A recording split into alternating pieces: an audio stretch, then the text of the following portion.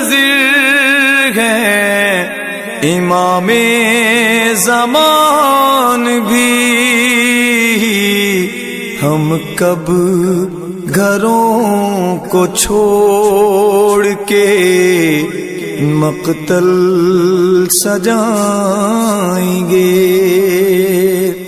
جہاں پر پروردگار نے رسول کو بھیجا وہاں شیطان کو رسول خدا کو مبعوث کیا، شیطان نے چیخ ماری۔ اب شیطان نے پوری طاقت لگائی مکہ کے اندر کہ رسول کا مقابلہ ہو، رسول کا، اور آپ کے سامنے رسول خدا کو اتنی اذیت ملی، اتنی اذیت ملی کہ رسول خدا نے خود فرمایا کہ جتنی مصیبتیں اور مشکلیں مجھے پڑی، مجھ پر پڑی، کسی نبی پر نہیں پڑی۔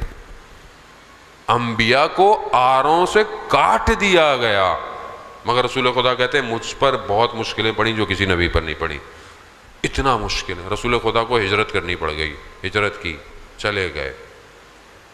اب دشمن منافق کے چہروں میں اسلام میں داخل ہو گیا۔ سورہ منافقون کا تذکرہ۔ اب آپ دیکھیں نا کہ جیسے ہی رسول خدا دنیا سے گئے، منافق کہاں ہیں؟ رسول خدا زندہ ہیں، آیتیں نازل ہو رہی ہیں منافقوں کے، جب رسول خدا گئے تو تاریخ میں آپ کو منافق نظر ہی نہیں آ رہا۔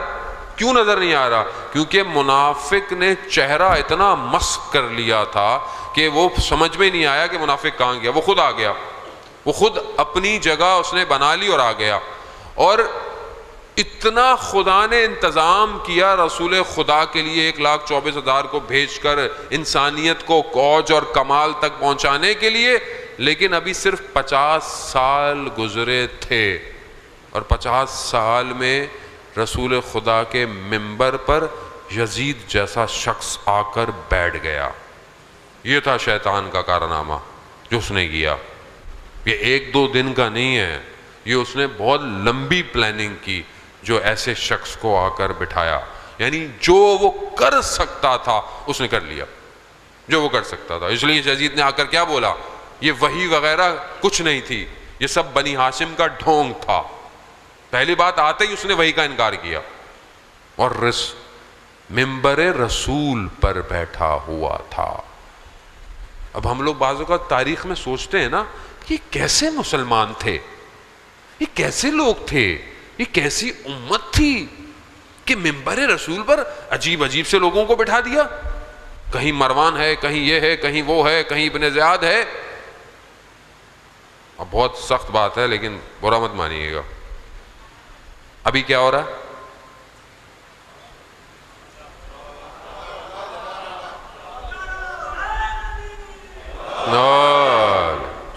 میں زیادہ بات نہیں کروں گا۔ وہ ایسے تھے، یہ بہت آسان ہے۔ میں کیسا ہوں یہ سب سے مشکل بات ہے۔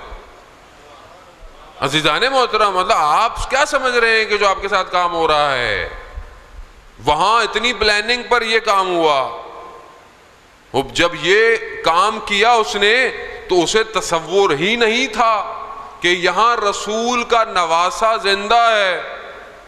اور یہی تو رسول نے کہا کہ ہم وہ ہیں کہ جس کے گھروں میں ملائکہ آتے جاتے ہیں، ہمارے گھر ہیں جو علم کی معدن ہے، نبوت کے گھر ہیں، تو میں ہی تو آؤں گا اور کون آئے گا؟ اور آ کر وہ کام کیا جو بشریت جب تک قیامت نہیں آئے گی اسلام کے پرچم کو سر بلند کرنے کے لیے امام حسین کام کر کے چلے گئے۔